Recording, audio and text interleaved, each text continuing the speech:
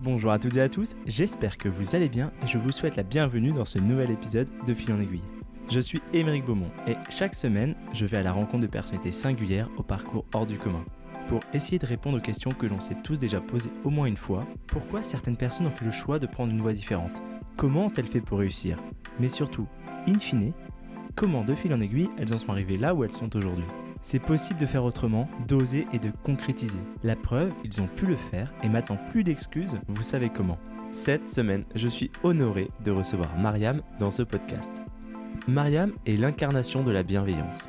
D'origine franco-iranienne, c'est enfant qu'elle arrive en France où elle a suivi un cursus classique jusqu'à partir à Londres, à UCL, pour étudier.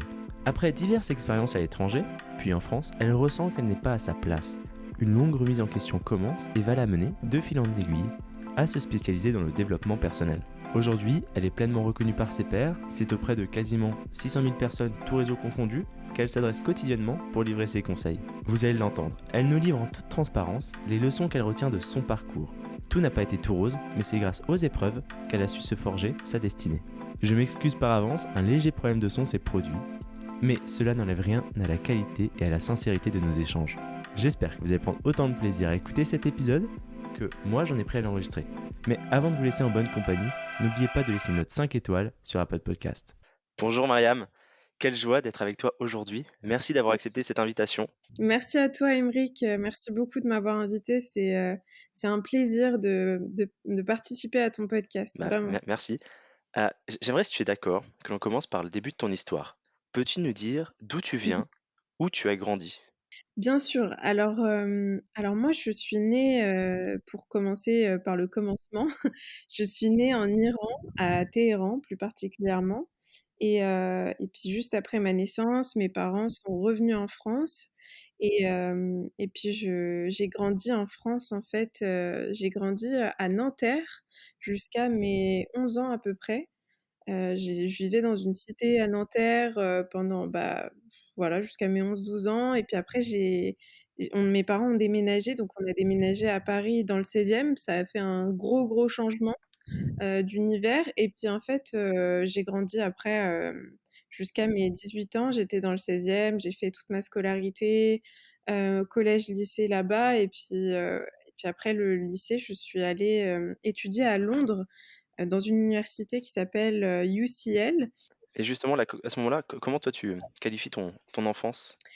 Tu la qualifierais comment maintenant a posteriori ? C'est une bonne question. Je dirais que j- j'ai pas des souvenirs extraordinaires de mon enfance à Nanterre, enfin de ma vie à Nanterre.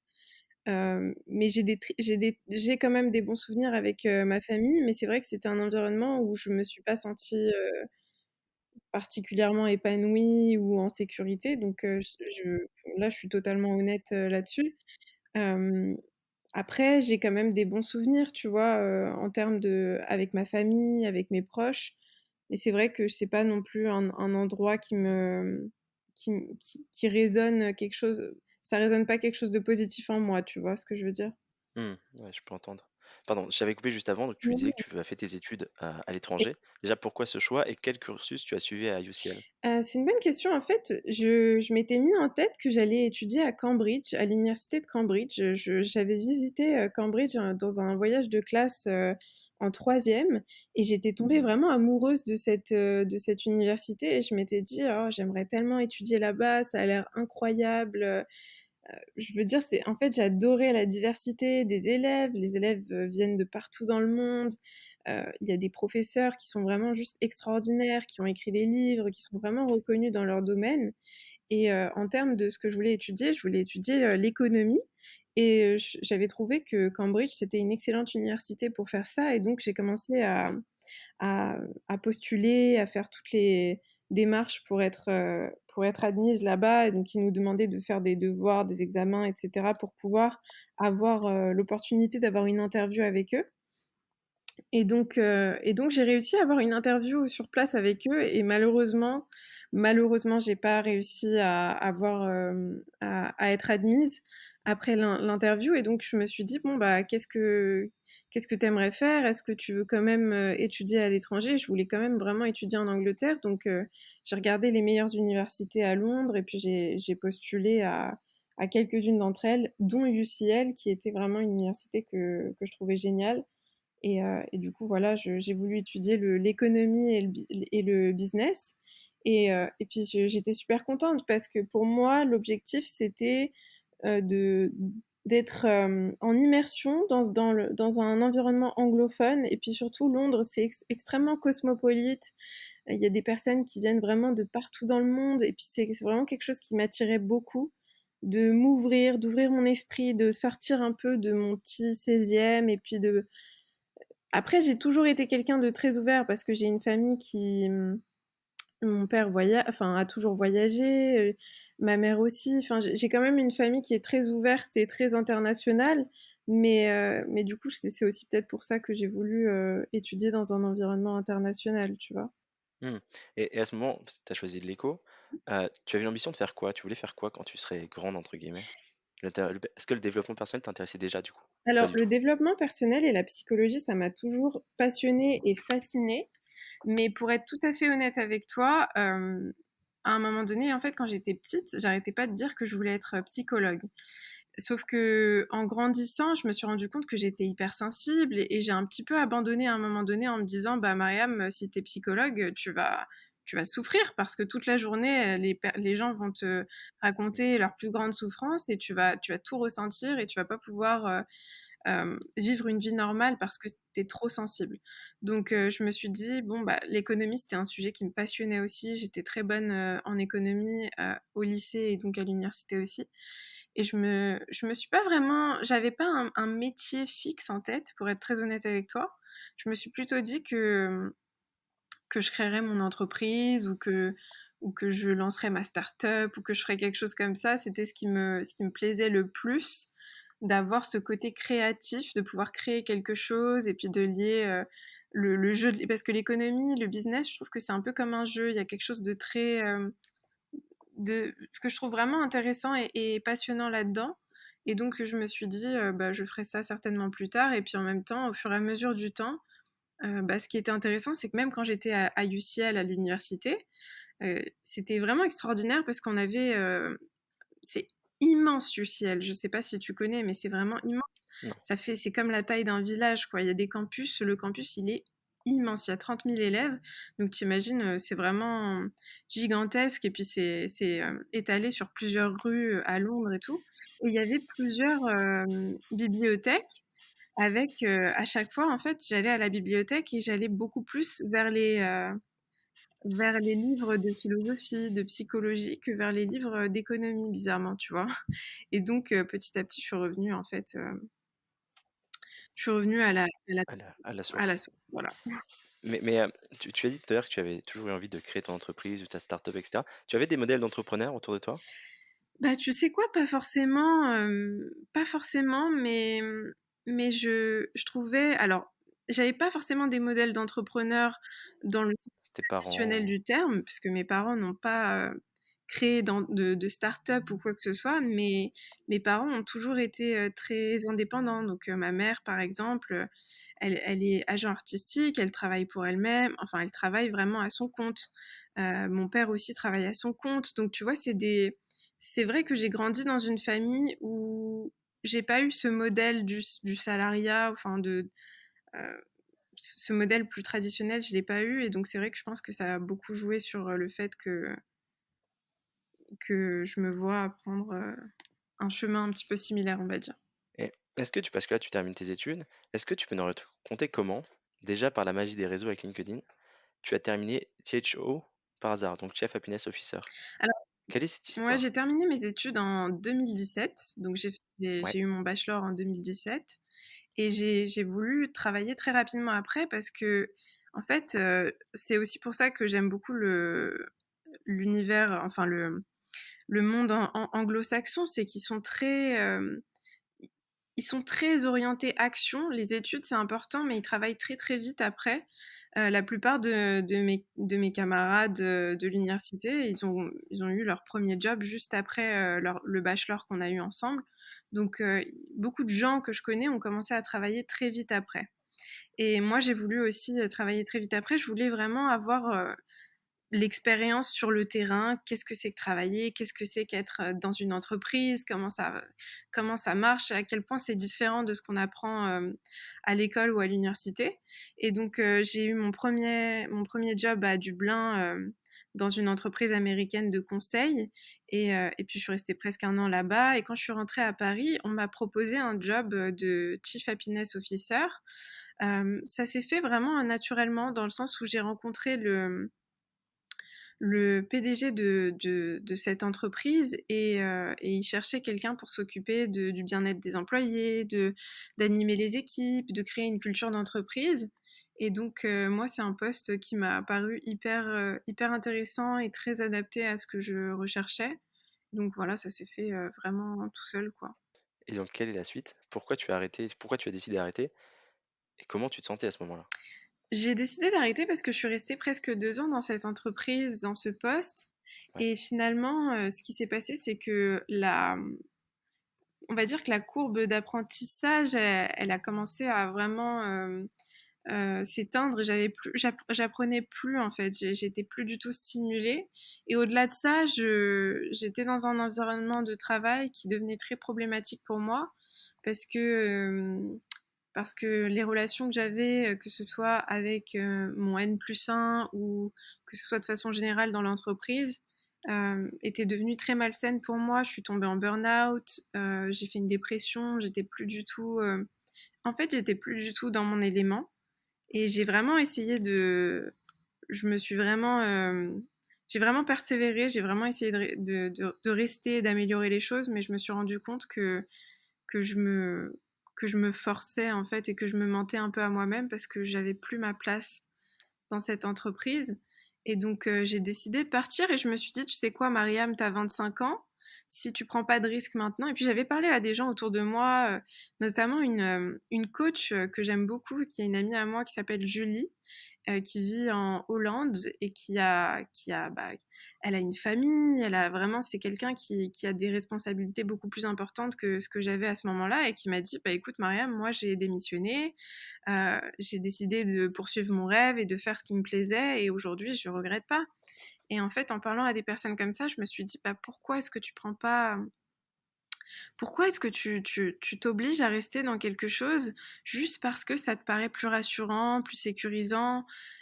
Tu sais pas ce qui pourrait se passer si tu prenais le risque de dire non à ce qui te rend malheureuse aujourd'hui et d'essayer d'ouvrir une nouvelle porte et de faire quelque chose qui pourrait vraiment t'épanouir. Et donc c'est pour ça que j'ai pris cette décision, tu vois. Hmm, très clair pour moi. Franchement, hyper intéressant. Tu as parlé que tu as fait un burn-out, que tu as un peu touché le fond. Donc, je me dois de te poser la question. Qu'est-ce qui t'a permis de repartir? Qu'est-ce qui t'a boosté pour lancer ton aventure? Alors, je vais être très honnête là-dessus.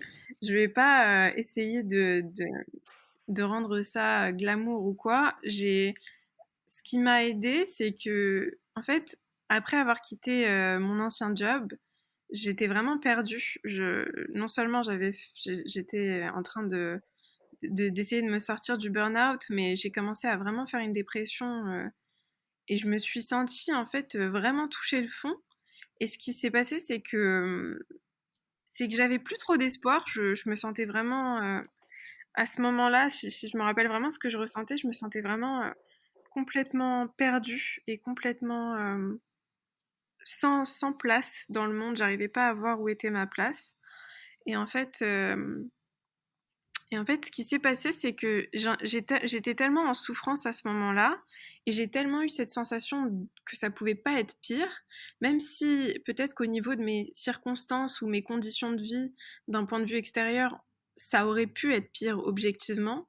Mais ce que je ressentais à l'intérieur de moi, je sais que ça aurait pas pu être pire, parce que c'était vraiment c'était devenu très sombre pour moi, c'était devenu très difficile pour moi de vivre comme ça. Et donc, en fait, je me suis tellement, j'ai tellement accepté ma condition, j'ai commencé à vraiment accepter que j'allais mal, accepter que j'étais perdue. et que je savais pas où j'en étais, ce que j'allais faire. Et finalement, en fait, vu que ça pouvait pas être pire, bah, j'ai commencé un petit peu à remonter en me disant: «Bah, Mariam, de toute façon, là, ça peut pas être pire. Donc, ta seule solution, c'est de commencer petit à petit à remonter la pente». Et je me suis fixé des petits, tout petits objectifs qui m'ont permis de reprendre un peu d'estime de moi-même et de commencer à créer un nouveau momentum, une nouvelle énergie. Tu vois ce que je veux dire?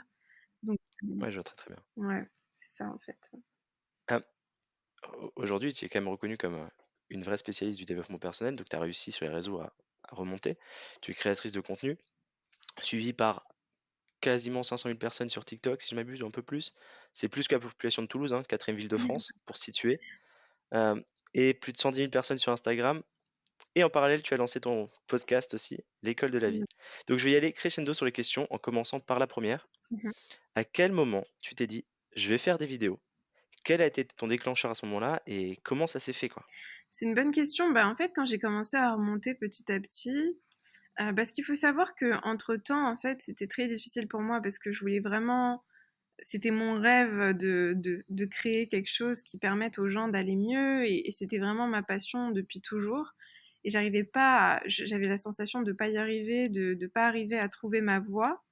Et en fait, en remontant la pente petit à petit et en me détachant petit à petit de ce que je pouvais faire finalement, en trouvant ma valeur au-delà de ce que je pouvais faire, au-delà de ce que je pouvais être aux yeux des autres ou paraître aux yeux des autres, bah, je me suis dit, qu'est-ce que tu aimerais faire qui te permettrait de donner de la valeur aux autres et en même temps de te faire du bien à toi. Et je me suis dit, bah, j'adorerais faire des vidéos. J'ai peur de faire des vidéos, de montrer ma tête sur les réseaux sociaux. Qu'est-ce que les gens vont penser? Qu'est-ce que je suis pas légitime? Est-ce que j'ai de la légitimité à parler? En fait, petit à petit, je me suis dit, écoute, Mariam, t'as rien à perdre.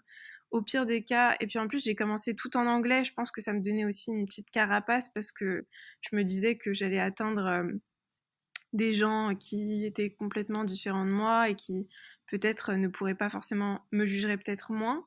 Donc j'ai commencé à faire mes vidéos en anglais en me disant bah tu vas parler de choses que tu vas faire des vidéos que tu aurais aimé voir il y a quelques mois, il y a quelques années. Tu vas faire passer des messages qui sont importants à tes yeux et qui t'auraient aidé toi à certains moments ou qui t'aideraient, qui pourraient t'aider même maintenant. Donc en fait, c'était un peu ça l'objectif. L'objectif, c'était, je me suis dit, si j'arrive à aider au moins une seule personne qui tombe sur mes vidéos, qui voit mes vidéos et qui peut-être que cette personne va passer peut-être une meilleure après-midi ou une meilleure journée ou je sais pas, où je me suis dit ce serait extraordinaire d'avoir ce type d'impact sur quelqu'un et donc enfin, je me suis fixé cet objectif en me disant, peu importe le résultat, fais des vidéos. Et puis, euh, c'était aussi pour moi un bon exercice pour me détacher aussi du regard des autres parce que quand on fait des vidéos, forcément, on est exposé et forcément, on se met dans, enfin, on prend le risque d'être critiqué aussi. Bien sûr. Mais à quel moment, quand même, tu sens que ce loisir, ce passe-temps, prend une toute autre dimension? Parce qu'à la base, tu l'as pas fait, comme je viens de le dire, pour en faire ton activité principale. C'était pas pour en faire un métier. C'était fait pour juste aider une seule personne. Donc, à quel moment tu as senti que juste ces vidéos, les quelques vidéos que tu faisais, venaient de prendre une autre dimension? En fait, quelques mois après que j'ai commencé à faire des vidéos sur TikTok, j'ai vu que j'ai commencé à avoir un peu plus, ça a commencé à prendre un peu plus d'ampleur. J'ai commencé à avoir un peu plus d'abonnés, de messages, de commentaires, et en fait, je me suis rendu compte que bah, pas mal de personnes me demandaient de l'aide ou me demandaient de les accompagner à travers du coaching. Donc, à ce moment-là, je me suis rendu compte que finalement mes vidéos avaient un certain impact. Puis j'ai commencé aussi à recevoir d'autres propositions. Euh, et c'est vrai que c'est à ce moment-là que je me suis rendu compte que j'avais trouvé en fait mon chemin finalement, tu vois. Oui, parce que l'impact que tu as sur la vie des gens, quand même, est palpable. Comme je te le disais la dernière fois, quand c'est au téléphone, j'ai pris le temps de lire les commentaires sous tes vidéos. Quand j'ai préparé cet entretien, et tes auditeurs suivent vraiment et te remercient à longueur de journée. Et quand je l'ai lu, j'étais un peu, j'étais en mode waouh, les gens suivent même en commentaire. Donc, est-ce que toi, de ton point de vue, tu sens cette responsabilité que tu as dès que tu sors une vidéo, que tu vas avoir un impact concret maintenant sur la vie de peut-être de centaines, de personnes, quoi. Est-ce que tu ressens cette responsabilité? Oui, je ressens, en fait, je pense que il y a aussi une pression parce que la vérité, c'est que c'est pas évident de faire passer un message qui est profond et impactant en 1 minute. Et surtout, c'est pas évident de faire transmettre des subtilités et des nuances dans un message d'1 minute parce que le risque aussi, c'est qu'il y ait beaucoup de raccourcis qui soient faits, c'est qu'il y ait beaucoup de conclusions hâtives qui soient faites. Donc, j'essaye vraiment de bien choisir mes mots, mais je sais que parfois, c'est pas toujours. Parfois, je fais des vidéos et je sais que elles sont peut-être mal interprétées ou il y a parfois un sens qui est pas forcément, qui transparaît pas forcément autant que j'aimerais. Donc, je ressens beaucoup cette responsabilité et j'essaye vraiment du mieux que je peux de, de l'honorer, tu vois. Mais c'est vrai que c'est pas toujours évident et parfois, en tout cas, j'essaye du mieux que je peux de l'honorer, ça c'est vrai, c'est sûr. Donc, toi, tu as quand même un vrai leitmotiv, c'est de transmettre l'amour. C'est ce que vraiment est intrinsèque pour toi. Donc, ma question va peut-être très naïve, mais d'où tu tiens cette volonté d'aider et de transmettre autant de choses, autant de positif, autant d'amour? Ça devient d'où? Je pense que, très honnêtement, je pense que j'ai, je pense, il y a plusieurs choses. Déjà, quand on a beaucoup souffert soi-même, euh, on sait ce que c'est que de se sentir seul dans sa souffrance, on sait ce que c'est que de se sentir incompris, isolé. Je pense que c'est très important pour moi d'aider les autres et de leur montrer on n'est pas aussi seul qu'on l'imagine. C'est quelque chose qui m'embête beaucoup quand j'entends, tu vois, quand je vois qu'on a vraiment cette mentalité, et on n'arrête pas de répéter dans notre société, oui, on est seul dans la vie, on est seul, on est seul. C'est vrai dans un sens, on vit notre expérience de vie individuelle, ça c'est vrai. Mais on est beaucoup plus connectés les uns aux autres qu'on pourrait l'imaginer.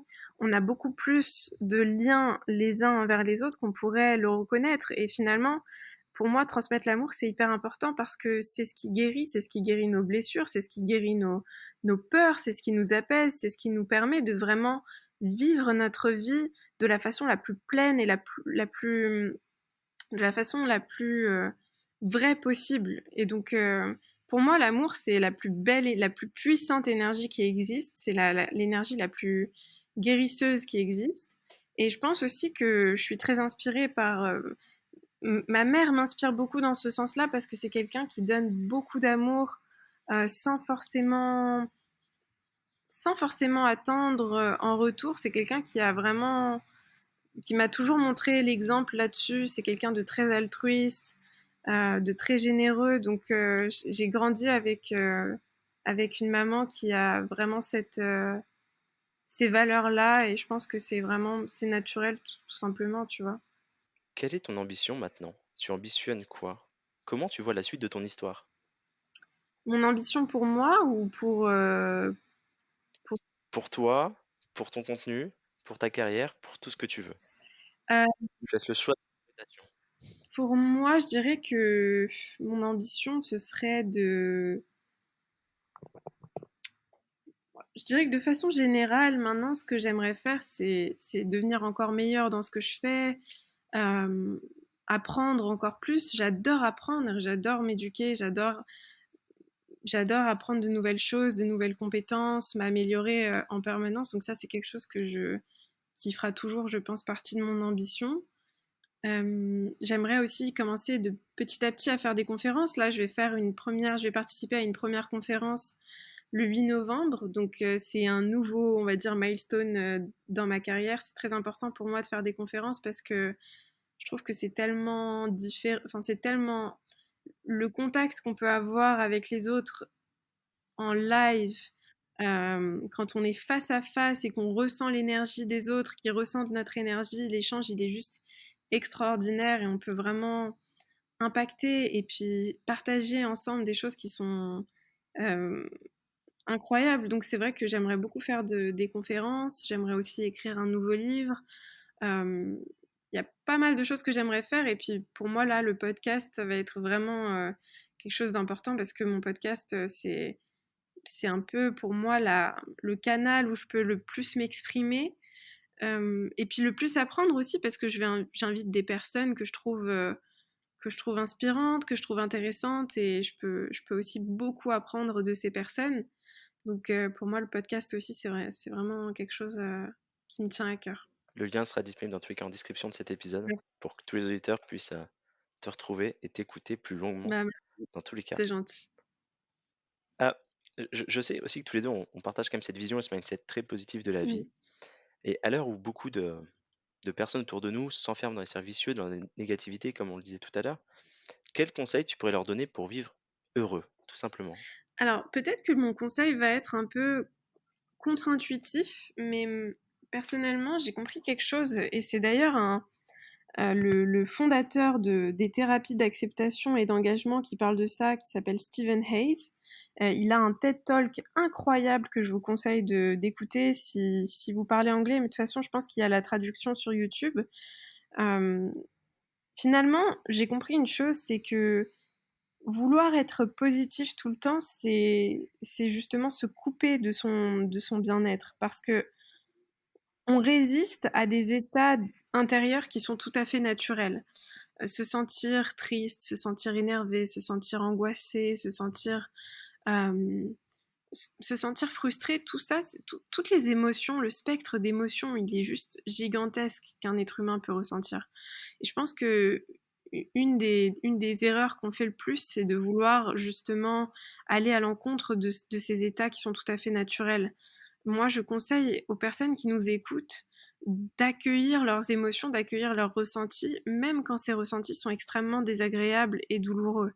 Et je sais que c'est contre-intuitif et difficile à faire, parce que qu'est-ce qu'on fait quand on se sent pas bien, très honnêtement? Qu'est-ce qu'on fait quand quand on est triste, quand on est énervé, quand on est frustré, quand on est en colère, quand on est jaloux, qu'est-ce qu'on fait dans ces moments-là? On va sur notre téléphone, on scrolle sur les réseaux sociaux, on regarde la télé, on peut manger impulsivement, on peut faire toutes sortes de choses qui nous permettent d'étouffer nos ressentis, et surtout de pas nous mettre face à ce qu'on ressent.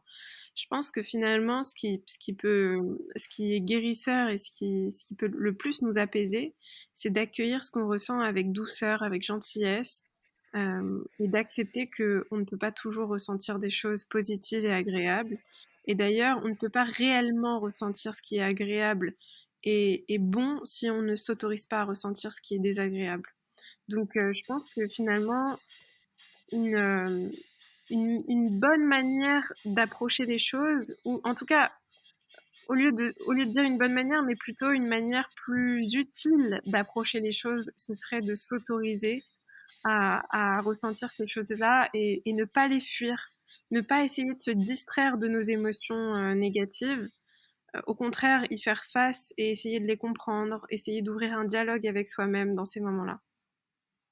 Je sais pas si c'est C'est, clair, mais si, si, pour moi, c'est très très clair, hein. Toutes les émotions ont un sens. Le corps humain est une machine formidable et chaque émotion est là pour une raison. totalement, Ça ne sert à rien d'essayer de les gommer. exactement. Ah, ça me rappelle la notion d'estime de soi. Donc là, tu vas voir quand même, ma transition, elle est parfaite. Tu pourras le noter. Parce qu'on peut parler de ton nouveau bébé, si tu es d'accord, le challenge 28 jours pour libérer sa puissance intérieure. Oui. Est-ce que tu peux nous raconter la genèse de ce programme de développement personnel, du coup, et pourquoi tu as envie de proposer cela à ton audience?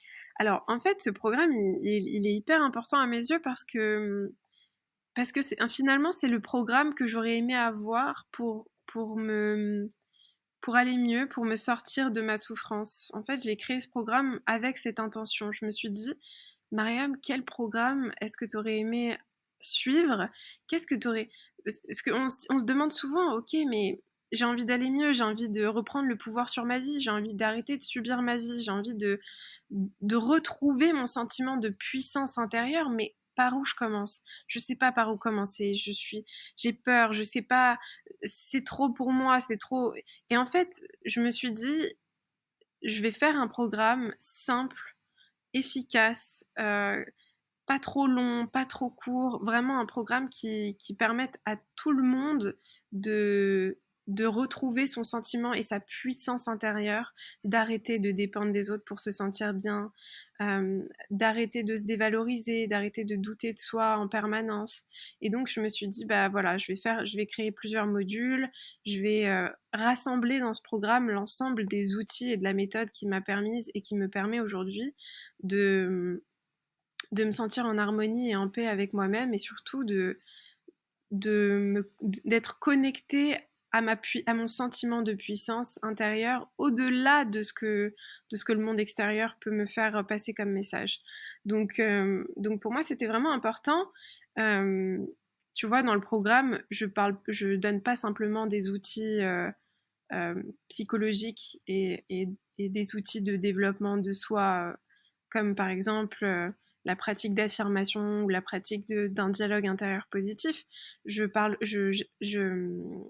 aussi tout un module sur l'importance du corps, sur l'importance du mouvement, parce que beaucoup de nos émotions et de nos énergies passent par le corps.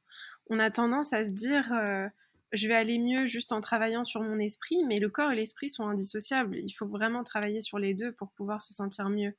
Donc, euh, donc voilà, c'était vraiment l'intention de ce programme. Et puis je l'ai fait vraiment dans l'optique que ce soit simple et très facile à actionner. Quelle est une journée type ou une semaine type dans ta vie, Mariam? Je suis obligé de te poser la question parce que on te voit faire des vidéos, mais comment ça se passe, l'envers du décor? Qu'est-ce que tu fais? Quel est ton quotidien? C'est une bonne question.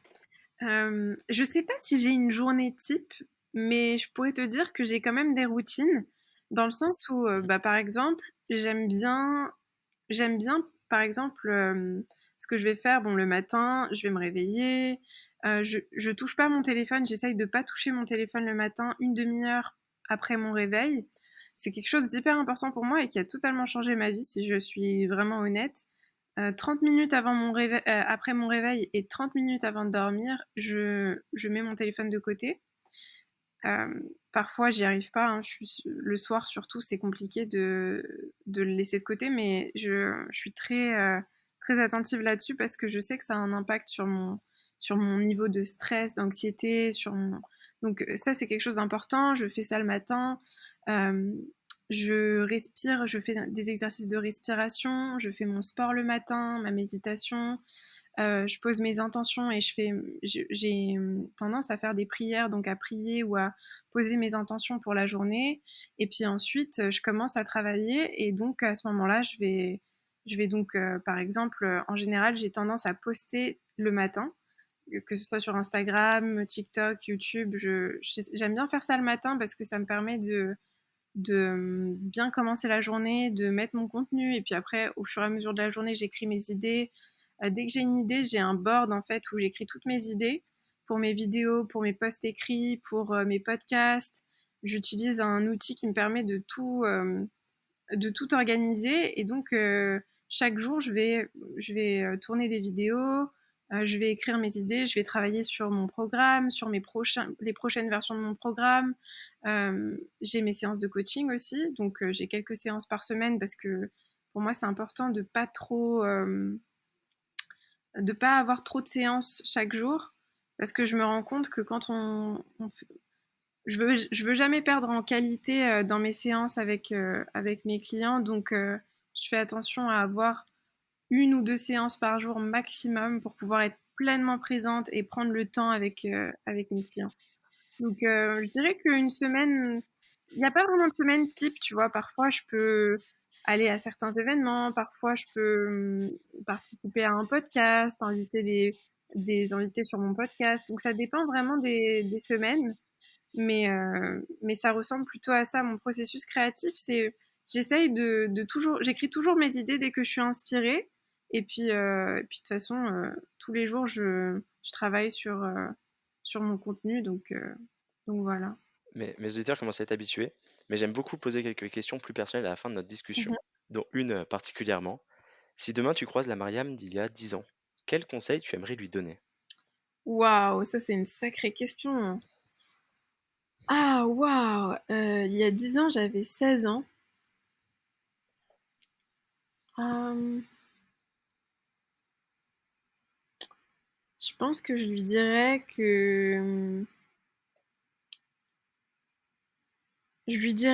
c'est quelqu'un de bien et que c'est quelqu'un qui, je lui dirais de prendre, de se faire plus confiance, de se faire confiance et d'avoir moins peur, de douter un peu moins, de faire confiance en, en ce qui lui est réservé et je pense que ce serait surtout relié à la confiance parce que je sais que à 16 ans, j'avais pas du tout confiance en moi et je doutais beaucoup de moi.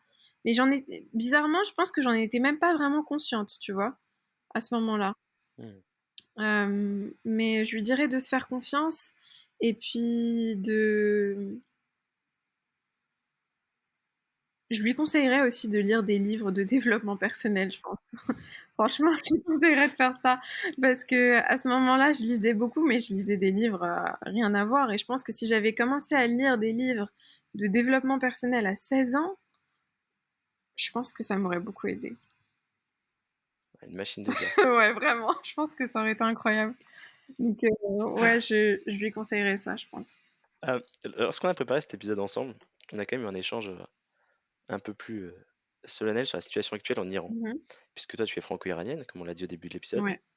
donc j'étais quand même pour en parler. Et on a parlé de la non-position des personnes féministes avec des guillemets qui ne prennent pas position. Qu'est-ce que tu peux nous en dire? Bah, moi, ça m'a étonnée de voir que certaines personnes qui se considèrent féministes ou activistes pour les droits de l'homme, parce que tu vois, c'est une chose de ne pas partager ou de ne pas parler de ce qui se passe en Iran, mais c'en est une autre de ne pas le faire quand l'étiquette et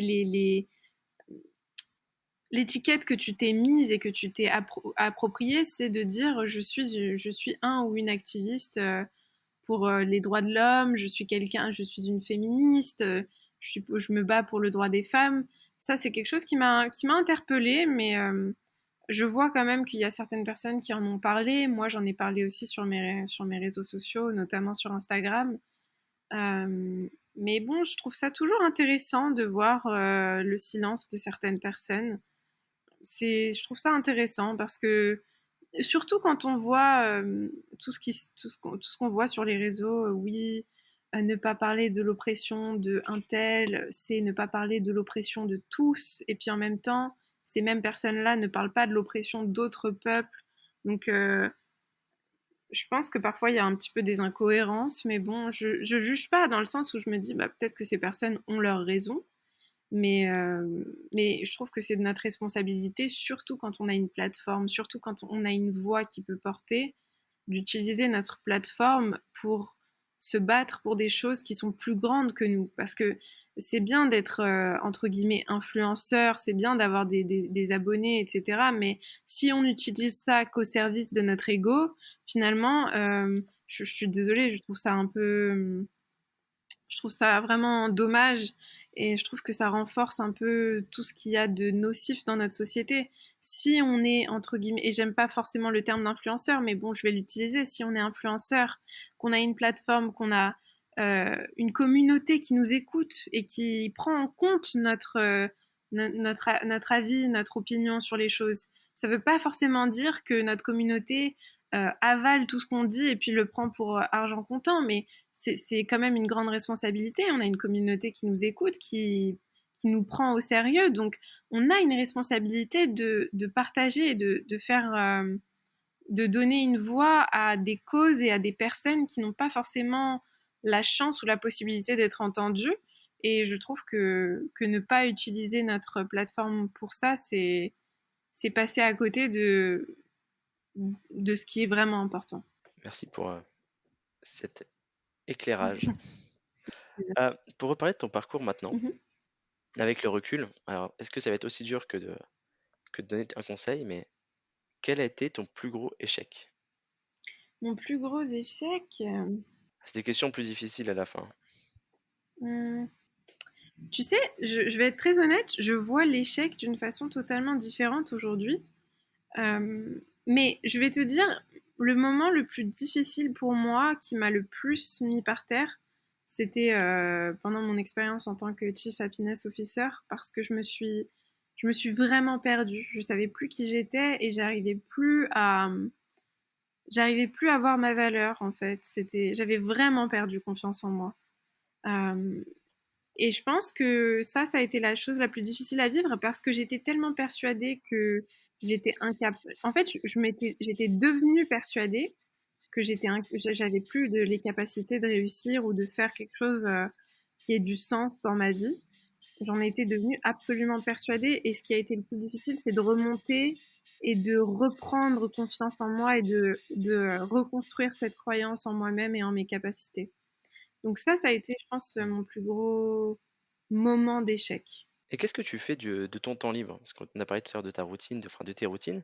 Est-ce que tu as des passions à côté de ton activité, malgré le développement personnel, enfin à côté? Est-ce qu'il y a d'autres choses qui t'animent? J'adore faire du sport, je dessinais beaucoup avant, je peignais, je dessinais, j'aime beaucoup dessiner. Ça fait un petit moment que j'ai pas dessiné pour être honnête, mais c'est quelque chose que je reprends petit à petit. Je lis beaucoup, j'aime bien passer du temps avec mes amis, avec mes proches. Je pense que ce qui compte le plus pour moi, au-delà de travailler sur moi-même et de travailler de faire mon travail sur les réseaux et de servir ma communauté, c'est de passer du temps avec les personnes que j'aime. Donc ça, c'est vraiment je pense que c'est ce que j'aime le Hmm. plus faire. Est-ce qu'il y a un film, une série ou un livre qui t'a marqué que tu aimerais partager avec nous? Un film, une série ou un livre? Je dirais que le livre qui m'a le plus marqué, c'est Le pouvoir du moment présent de Eckhart Tolle. Ce livre, Mhm. il m'a vraiment, vraiment beaucoup aidé à des moments où j'allais très, très mal. Euh, c'est un livre que je lis et que je relis très souvent parce que pour moi, les meilleurs livres, c'est des livres qui sont comme des rappels de choses qu'on sait déjà en nous, mais qui nous permettent de revenir à notre vérité, en fait. Et ce livre, c'est vraiment comme ça que je le vois, c'est un guide à lire et à relire, un rappel constant. Donc ce livre-là, je dirais qu'il m'a beaucoup, beaucoup marqué. Hum, Et puis en termes de film ou de série, je saurais pas vraiment. En film, je sais que tu adores Harry Potter. J'adore Tu peux Harry peut-être me donner ton préféré? Oui, j'adore Harry Potter, ouais. Bah, pour moi, tu vois, Harry Potter, c'est au-delà de... Déjà, Harry Potter, j'ai une attache très particulière avec cette histoire parce que le premier livre que j'ai lu, c'était le premier tome d'Harry Potter. Et Mm. pour moi, enfin, ça a été vraiment un échappatoire incroyable de lire les livres d'Harry Potter. J'adorais aller à la bibliothèque quand j'étais plus petite. Et puis rien n'existait en fait à part ce que je lisais dans le livre. Surtout qu'à l'époque, j'avais pas de téléphone ou quoi que ce soit, donc je me mettais à la bibliothèque. Et puis à 13 ans comme ça, j'étais bien en fait. C'était vraiment. Puis je trouve que c'est une histoire qui a où je trouve des significations beaucoup plus profondes que simplement ce qu'on peut en voir. Il y a des choses qu'on peut comprendre dans l'histoire d'Harry Potter qui sont, je trouve, très inspirantes et très reliées à peut-être des choses plus spirituelles ou plus profondes. Je, je comprends et je partage. Une dernière question, Mariam. Si des auditeurs veulent t'écrire, où est-ce qu'ils peuvent le faire? Ils peuvent m'écrire sur Instagram. Mon Mhm. Instagram, c'est Mariam Gaderi, Maryamgaderi, 2Y à la fin. Et Ça sera en description, tous les liens. génial, bah, ils peuvent m'écrire sur Instagram avec grand plaisir. Franchement, Mariam, un grand merci pour la valeur que tu as su apporter à cet épisode. Merci beaucoup pour ta présence. Merci. Je me suis régalé à échanger avec toi, Moi vraiment. aussi, merci beaucoup. Merci, c'était super. À À bientôt. bientôt. Et voilà, c'est déjà la fin. Mais si vous êtes encore là, c'est que cette discussion de fil en aiguille vous a plu. J'espère que vous avez pris autant de plaisir à l'écouter que j'en ai pris à l'enregistrer. Croyez-moi, c'est uniquement possible grâce à votre soutien. Alors je compte sur vous pour largement le partager, ou plus simplement encore, vraiment plus simplement, en me récompensant d'une note 5 étoiles sur Apple Podcast. Je vous dis à très vite pour un prochain épisode.